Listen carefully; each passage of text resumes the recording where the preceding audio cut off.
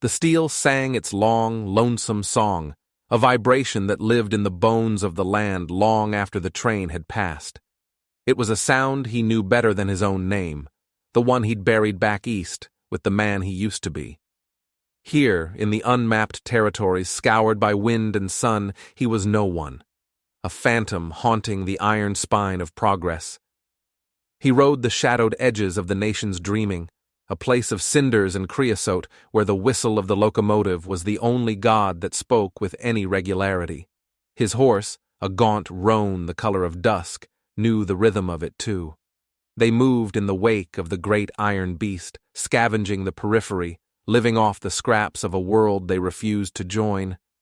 He called himself Nothing. The wanted posters in towns he skirted gave him a dozen names, each one a lie that felt truer than the one he was born with. Cormac Ricks, a name that tasted of ash and betrayal. The sun was a copper coin sinking into the dusty purse of the horizon, bleeding purple and bruised orange across the plains. The air grew cool, carrying the scent of sage and distant rain, a clean smell that never quite managed to wash away the stink of coal smoke from his clothes. He was tracking the westbound line, keeping to the low rises that offered a view without making him a target. It was a ritual, this twilight ride. The world softened, its sharp edges blurred, and for a few moments the ghosts in his head grew quiet, lulled by the horse's gait and the immense breathing silence of the prairie. That's when he saw it. A stain against the graying ballast of the trackbed. Not a coyote, not a discarded bundle of rags. It was something human, a slumped stillness that screamed of violence. He pulled the roan to a halt, his hand resting on the worn grip of the colt at his hip. Caution was the prayer that had kept him alive this long. The world was full of traps, and a body by the tracks was often the bait. He scanned the horizon, the empty plains, the darkening sky. Nothing. No movement but the whisper of the tall grass. He dismounted, the leather of his boots crunching on the gravel. The silence here was different. It was heavy, expectant.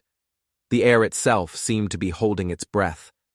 As he drew closer, the shape resolved into a girl. She was impossibly small against the vastness of the land, a broken doll tossed from a careless hand. Her clothes, simple cloth and hide, were torn and dark with blood that had soaked into the thirsty ground beneath her. She lay half on, half off the crushed rock of the railroad grade, one arm flung out as if reaching for something that wasn't there. Her hair, black as a raven's wing, was matted with dirt and more blood.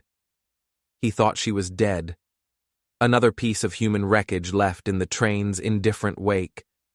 He knelt, the cold of the stones seeping through the worn denim of his pants. Her face was turned away, pressed into the gravel. He could see the faint, almost imperceptible rise and fall of her back. A breath, then another, a flicker of life so tenacious it felt like an accusation. Gently, he brushed the hair from her neck, his fingers coming away sticky and warm. He saw the wound then, a brutal gash high on her temple, but it was the other marks that made the air freeze in his lungs. On the exposed skin of her shoulder, peeking from a tear in her blouse, was a brand, an ugly, puckered scar still raw and weeping, a shape he knew, a cross within a circle, the mark of the 4th Cavalry, C Company, his old unit.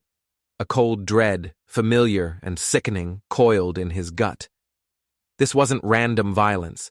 This was something specific, something from the world he'd fled. His eyes darted around, searching for what she might have been reaching for. There, just beyond her fingertips, half buried in the cinders, was a small object.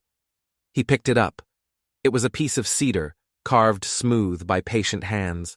On its surface were scorched symbols, lines and figures he didn't understand, but recognized as Lakota. The wood was warm, as if it still held the heat of the fire that had marked it, or perhaps the fever of the hand that had held it so tightly. It felt sacred, a piece of a story he had no right to touch.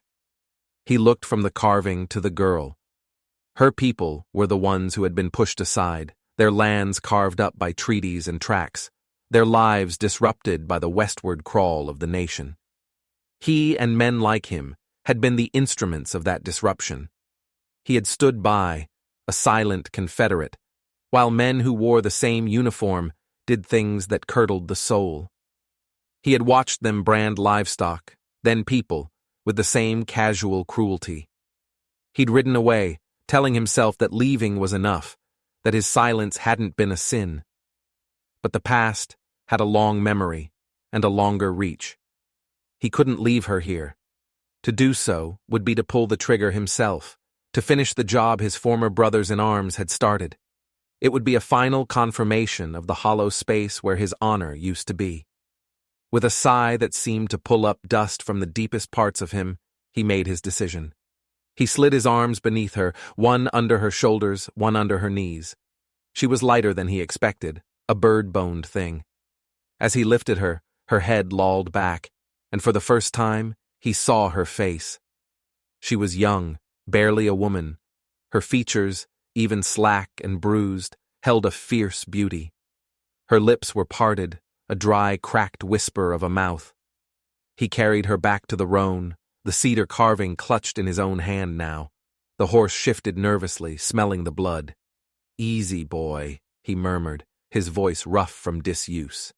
He settled her in the saddle, mounting behind her, her limp body a dead weight against his chest. Her breath was a shallow heat against his neck. The intimacy of it was unnerving. It had been years since he'd been this close to another human being, years since he'd allowed himself to feel the fragile weight of another life in his hands. He urged the horse forward, away from the tracks, heading for the low, broken hills where he'd made a small, defensible camp. The sun was gone now, and the world was painted in shades of charcoal and deep indigo. The stars began to prick the velvet darkness, cold and impossibly distant. With every step the horse took, he could feel the girl's life flickering against him. He was no healer. He had water, a little whiskey, and some clean rags. It wasn't enough. But it was all he had. And as he rode into the deepening night, the scorched carving in his pocket felt heavier than a stone, a relic from a past that was not only his, but hers, a past that had just risen from its shallow grave by the railroad tracks. He laid her on his bedroll near the low fire, the flames casting dancing shadows across her still face. He cleaned the gash on her temple as best he could, his hands, more accustomed to the cold mechanics of a firearm, feeling clumsy and brutish. Her skin was hot to the touch, a dry, dangerous heat that spoke of a battle being waged within. He trickled water between her cracked lips, most of it running down her chin.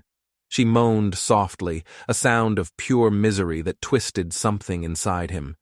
He sat back on his heels, watching her, the firelight glinting off the metal of his holster. The brand on her shoulder seemed to pulse in the flickering light, a dark sigil of a brotherhood he'd once belonged to.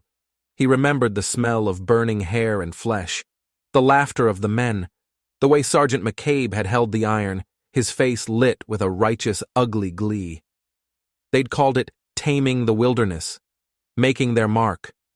Cormac had called it an abomination, but he'd said it only to himself, his dissent a silent, useless stone in his throat. He stayed awake all night, feeding the fire stick by stick, watching the line of her jaw, the flutter of her eyelids. He was a sentinel at the edge of her death, though he didn't know if he was guarding her from it or merely witnessing its approach.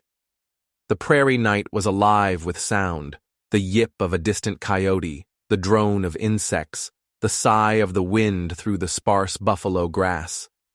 Each sound was sharp, clear, amplified by the tension of his vigil. He was adrift in a memory that was no longer a memory.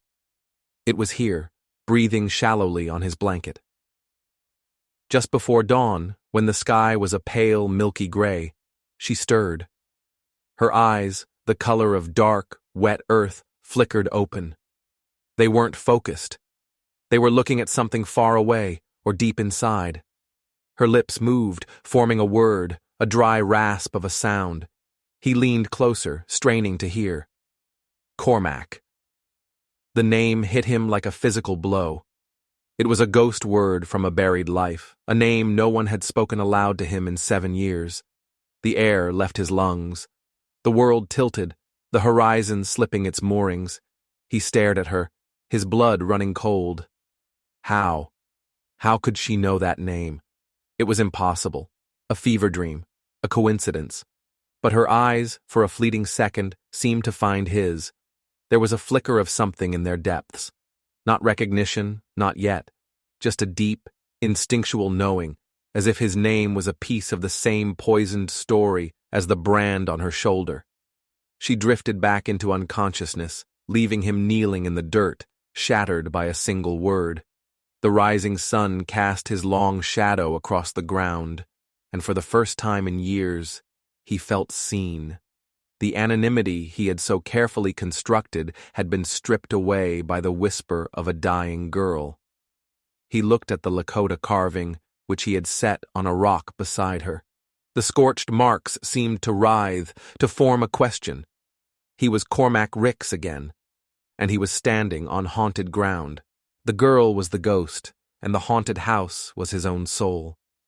The fever held her in its grip for 2 days. 2 days of him tending the fire, forcing water and thin broth between her lips, changing the damp cloths on her forehead. 2 days of listening to her mutter in a language he didn't understand, a soft flow of words punctuated by sharp cries of fear or sorrow. And in her delirium, she said his name again. Cormac. Sometimes a question, sometimes an accusation. Each time, it flayed a layer of skin from him. He began to piece it together, the fragments of memory he had tried so hard to obliterate. C Company, under McCabe's command, assigned to pacify the territories along the new rail spur. It wasn't a war. It was a campaign of intimidation. They were supposed to be clearing the way for the surveyors, pushing the Lakota bands further north, away from the path of the Iron Horse. Most of the bands moved on, weary of the fight. But one, a small, proud group, refused. They claimed the land was sacred, a place of winter camps and burial grounds. Their leader was a man of quiet dignity and unbending will. His name was Wangbli Ishnala, Lone Eagle. The memory came back in a rush of sensory detail.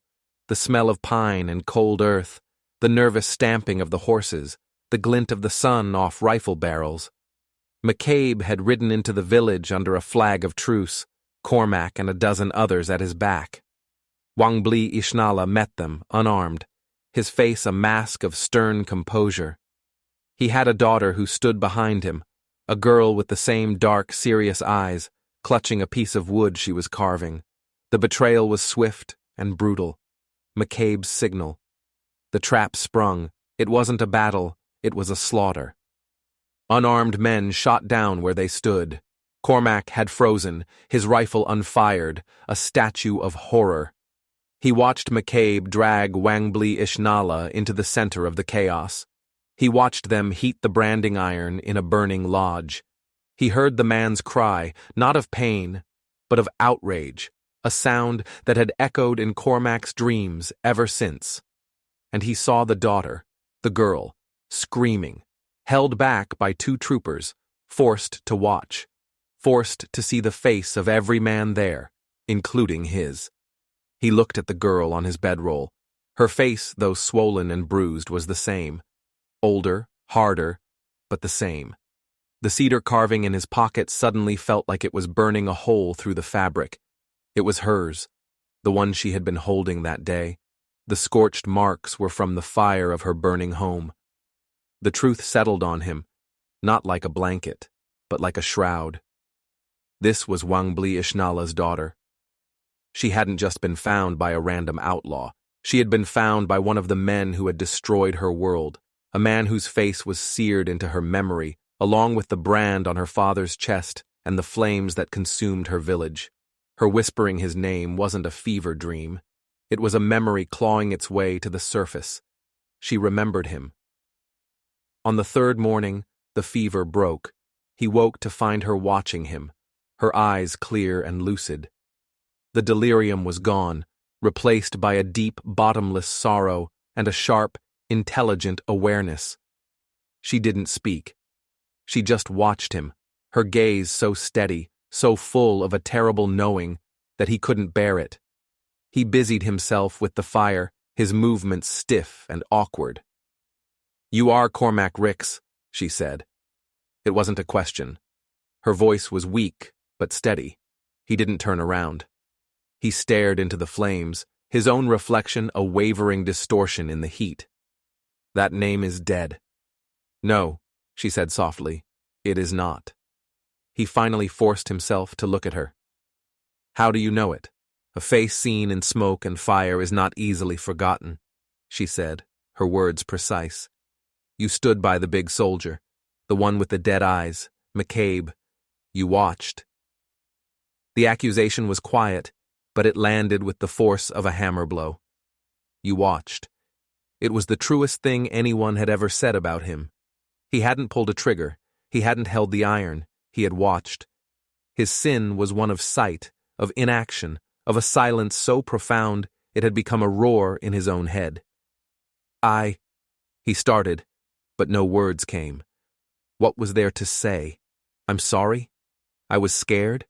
I deserted the next day? The excuses were ash in his mouth. She pushed herself up, wincing as she moved. The blanket fell away from her shoulder, and the brand was stark against her skin in the morning light. "They did this to me too," she said, her voice devoid of self-pity. "So I would not forget what a promise from a Washichu is worth." He looked at the scar. It was the same as the one they'd pressed into her father's flesh. A perfect, hideous match. The brand connected them, a shared mark of shame for him and suffering for her. His silence had bought him 7 years of running. Her survival had bought her this. "Who were the men who left you by the tracks?" he asked, his voice a low gravel. "Men who work for the railroad," she answered. "They recognized me. They worry about witnesses. Some of the soldiers from that day now wear the badges of the railroad police. McCabe is one of them. They are hunting the last of us who saw." So the past wasn't just a memory. It was an active threat, still breathing, still hunting. McCabe was still out there, erasing the evidence of his crimes. He had found her, and he would look for her again. "What is your name?" he asked, the question feeling inadequate, small. "My people call me Anpao Wing," she said. "Dawn Woman." "But the name my father gave me is the one I hold.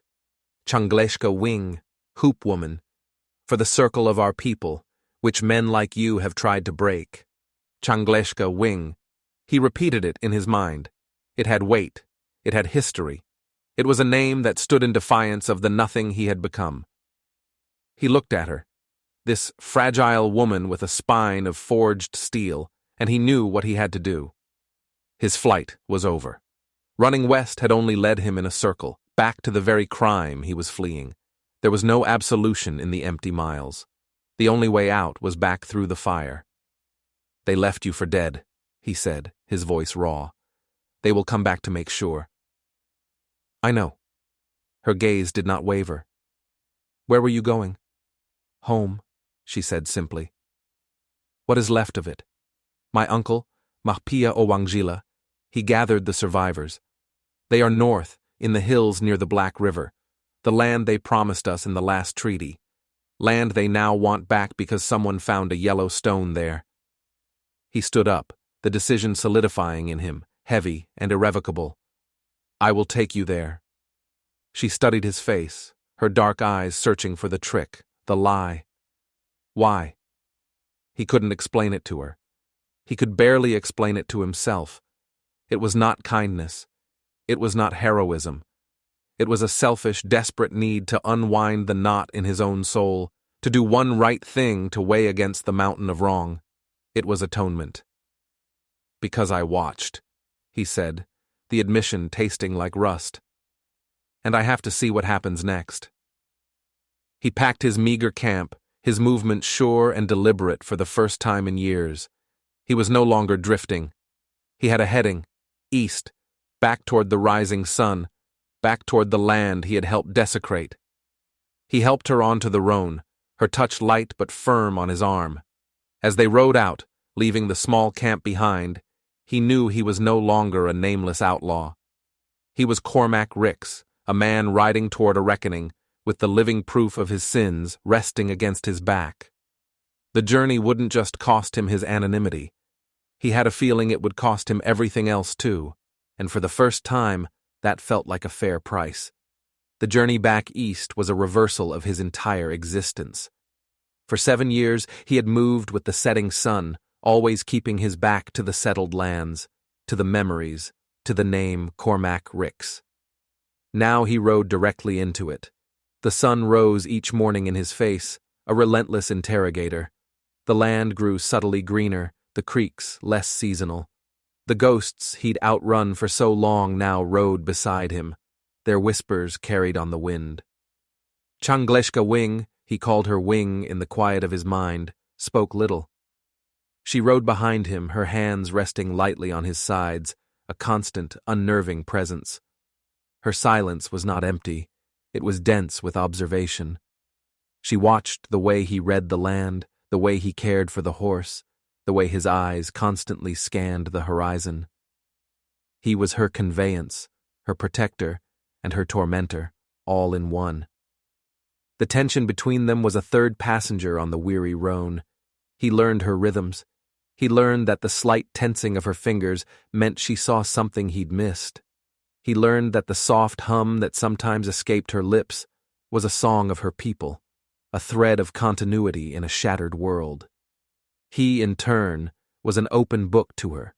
His guilt was written in the lines around his eyes, in the way he flinched when a train whistle echoed from miles away. One evening, as they shared a meager meal of dried meat and hardtack, she spoke. "My father, Wangbli Ishnala, he believed there could be a road for both our peoples to walk. He said the iron road did not have to be a spear through the heart of the world. He said it could be a bridge." She looked at him, her eyes reflecting the campfire. He was a fool to trust a man like McCabe. "He was not a fool," Cormac said, his voice low. "He was a good man in a world that had no room for them." "And you?" she asked, her voice sharp as flint. "What were you?" "A coward," he said, the word coming out easier than he expected. It was a relief to say it. "I was a boy who thought a uniform made him a man. It didn't. It just made me a witness to things men shouldn't do." "Watching is a choice," she said, and then fell silent again, leaving the judgment to hang in the air between them. The journey was perilous. The land was not empty. It was crisscrossed with patrols from the railroad, bounty hunters looking for easy money, and remnants of other broken tribes who were just as desperate as they were. Twice they had to hide, lying flat in a gully for hours as a Union Pacific patrol rode by, their blue coats a jarring reminder of his past. During one of these close calls, pressed together in the tight space, her breath warm on his cheek, he felt a tremor run through her. It was not just fear. It was the memory of being hunted, the visceral terror of discovery. In that moment, the barrier between them thinned. He was no longer just Cormac Ricks, the accomplice. He was the only thing standing between her and them. He pushed the roan hard, knowing their time was running out. McCabe was not a man to leave a task unfinished. He would have men scouring the territory. As they neared the Black River Hills, the landscape became more familiar to him, each rise and creek bed a landmark from his former life. It was a geography of shame. He pointed to a distant butte, its top flattened as if by a giant's hand. "That is Wichapi Otti, star-dwelling butte. Your people are beyond that ridge, in the valley of the Black River." She nodded, a flicker of something, hope, perhaps, or just the grim recognition of an ending, in her eyes. "You have been here before." "Yes," he said. He did not need to say more. They traveled the last few miles under the cover of darkness, the moon a sliver of bone in the sky. The air grew thick with the smell of wood smoke and damp earth. He could feel the presence of people long before he saw the flicker of their fires. He reined in the roan at the edge of a stand of pines, overlooking a narrow valley. Below, tucked into the protective fold of the land, was a small encampment. A handful of teepees, some rough shelters made of hide and canvas. It was a village of survivors, a ghost of the thriving community he remembered. "This is it," he said softly. Before they could move, figures detached themselves from the shadows of the trees around them. They were surrounded. Lakota warriors, their faces grim, their rifles held at the ready. They had been watched the entire time. Cormac raised his hands slowly, a gesture of surrender he had not made in years. The roan stood still, unafraid. He felt Wing's hand grip his jacket, her knuckles white. A man stepped forward, older than the others, his face a roadmap of hardship and dignity. His eyes were the same as Wing's. He had to be her uncle, Mahpia Owangjila. One sky. "Anpao Wing," the man said, his voice filled with a stunned disbelief that quickly hardened into suspicion as he looked at Cormac. "You are alive."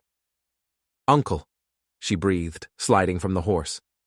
She stumbled, and he caught her, holding her for a moment before letting her go to her kinsman. Mahpia Owangjila embraced her, then his eyes, hard as agate, fixed on Cormac. "Who is this Washichu? Why is he with you?" Before Wing could answer, one of the younger warriors moved closer, his eyes narrowing as he studied Cormac's face in the moonlight. "I know this face," he said, his voice a low growl. "He was with the soldiers. At the burning, I saw him." The words fell like stones into the silence. The rifles of the other warriors all centered on Cormac's chest. There was no escape. He hadn't expected one. He looked at Wing, who was watching him, her expression unreadable. She had not defended him. She had not condemned him. She had simply delivered him. "It's true," Cormac said, his voice clear and steady, carrying in the still night air. "I was there. My name is Cormac Ricks." Mahpia Owangjila stepped toward him, his face a mask of cold fury. "You bring my niece back to us, wounded and hunted, a man who watched her father die.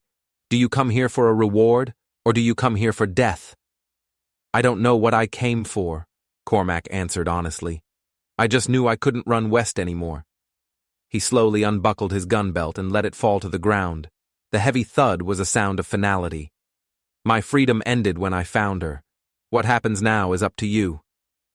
He stood, unarmed and unresisting, as they closed in around him. He met Mahpia Owangjila's gaze without flinching. He had returned to the heart of the wound he had helped create. The journey was over. He was a prisoner of the people he had wronged, and as they led him down into the valley of the survivors, under the cold, watchful eyes of the stars, he felt the first stirrings of a peace he had not known since the day he first put on the blue uniform. Whatever came next, it would be a reckoning, and a reckoning was a form of truth. They did not kill him. Death would have been a release, a swift end to the debt he owed. They did not bind him in ropes, for they understood that the heaviest chains are not forged of iron. They took his horse, his weapons, and the few possessions he had, and they gave him a place to sleep on the bare ground at the edge of the camp, where the dogs would bark if he tried to flee. But he had no desire to flee. Exile was the life he had already chosen, and it had proven hollow. For days he was invisible.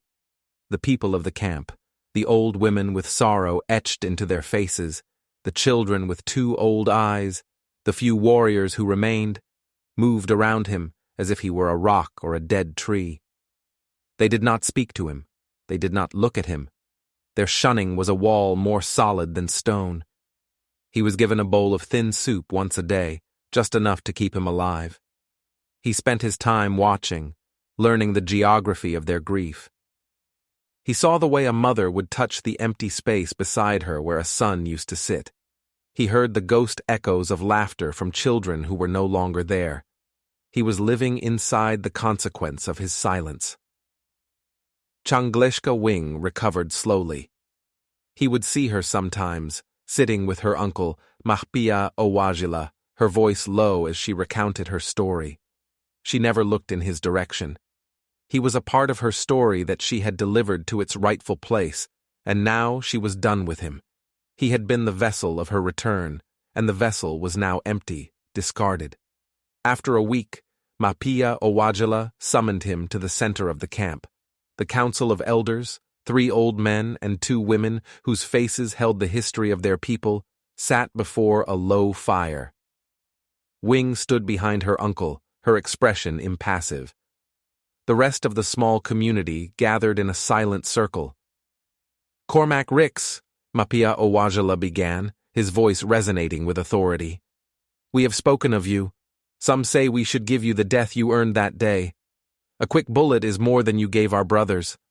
Others say we should give you to the railroad men, let them have their witness back, and let Washichu justice devour its own." He paused, letting the weight of the possibilities settle over Cormac. "My niece," he continued, gesturing toward Wing, "has told us everything. How you found her, how you tended her wounds, how you brought her back, knowing what awaited you. She says you did not do this from goodness, but from a great debt. She says your soul is a haunted place." Cormac met his gaze and nodded slowly. "She is right." "Death is an escape," Mahpia Owajila said, his eyes boring into him. "And exile is what you have already known. These are not punishments. They are endings. Your story with us is not over. It has just begun." One of the old women, her face a beautiful web of wrinkles, spoke then, her voice like the rustle of dry leaves. "He did not kill, but he let killing happen. His crime is in his eyes and his hands. He watched. He did nothing. So he will watch, and he will do. His life is no longer his. It belongs to the memory of those he wronged." Mahpia Owajila turned back to Cormac, a final judgment in his eyes. "You will not be killed. You will not be set free. You will remain here. On the rise to the east is the place we have buried our dead from that day. Your father, Wing," he said, turning to his niece, "is there. It is a place of sorrow. The ground is hard, and the winds are cruel. The stones we place to mark the graves are always being scattered by wind and animals." He looked back at Cormac. "This will be your life. Every day from sunup to sundown, you will tend those graves. You will keep the stones in place. You will pull the weeds that try to choke the ground. You will protect the site from scavengers. You will speak the names of the dead, so they are not forgotten. We will teach them to you. You will live on that hill, a silent guardian of the sorrow you helped create. You will eat what we give you, and you will sleep on the ground where they fell. You will not speak to us, and we will not speak to you. You will be a living monument to a broken promise, a ghost to honor our ghosts." He paused, his voice dropping lower. "You will live among us, but you will always be apart. You will watch our children grow, knowing you are the reason some of them are orphans. You will feel the winter cold and the summer heat, and you will understand in your bones the price of your silence. This is your burden. It is heavier than death. It is heavier than exile. It is a life lived for the dead." There was no negotiation. There was only acceptance. Cormac bowed his head, a gesture of submission that was also, strangely, a gesture of relief. The sentence was just. It was poetic in its terrible symmetry. He who had been a ghost would now serve ghosts. He who had watched in silence would now guard in silence. They led him up the hill. It was a windswept, lonely place, overlooking the valley. The graves were marked by simple cairns of stones, low mounds in the earth. He saw the largest one, the one for Wangbli Ishnala. He knelt before it, the rough ground biting into his knees. Mahpia Owajila stood behind him and began to speak the names, one by one. A litany of the dead. With each name, Cormac felt the weight of his new life settle upon his shoulders. As they turned to leave him there, a shadow fell over him. It was Changleshka Wing. She stood before him, the first person to break the rule of silence before it had even truly begun. In her hands, she held the cedar carving, the one he had carried in his pocket. Its scorched marks seemed darker in the fading light. She did not offer it to him. Instead, she knelt and placed it carefully on the cairn of her father's grave. "He was carving this for me," she said, her voice soft, for his ears only. "It is the story of our family. The fire burned away the end of it." She looked at him then, her eyes not with hatred, but with a profound, weary clarity. "You cannot finish the story," she said, "but you can keep the ground upon which it lies. You can be the watcher who remembers." She stood and walked away without looking back, leaving him alone on the hill as twilight gathered. The wind picked up, a mournful song across the prairie.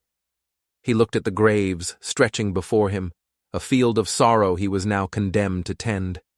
He reached out and straightened a loose stone on Wangbli Ishnala's cairn, his hand brushing against the cedar carving. The wood was cool to the touch.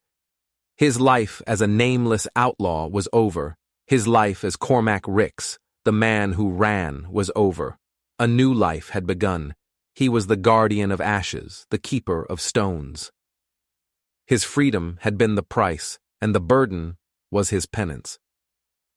He looked out over the valley, at the small, defiant lights of the Lakota camp, a community of survivors.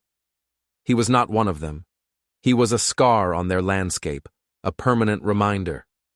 And as the first stars appeared in the vast, indifferent sky, he began his work, his long watch, a silent man on a haunted hill, finally paying the debt, not with his death, but with every single breath he had left to draw.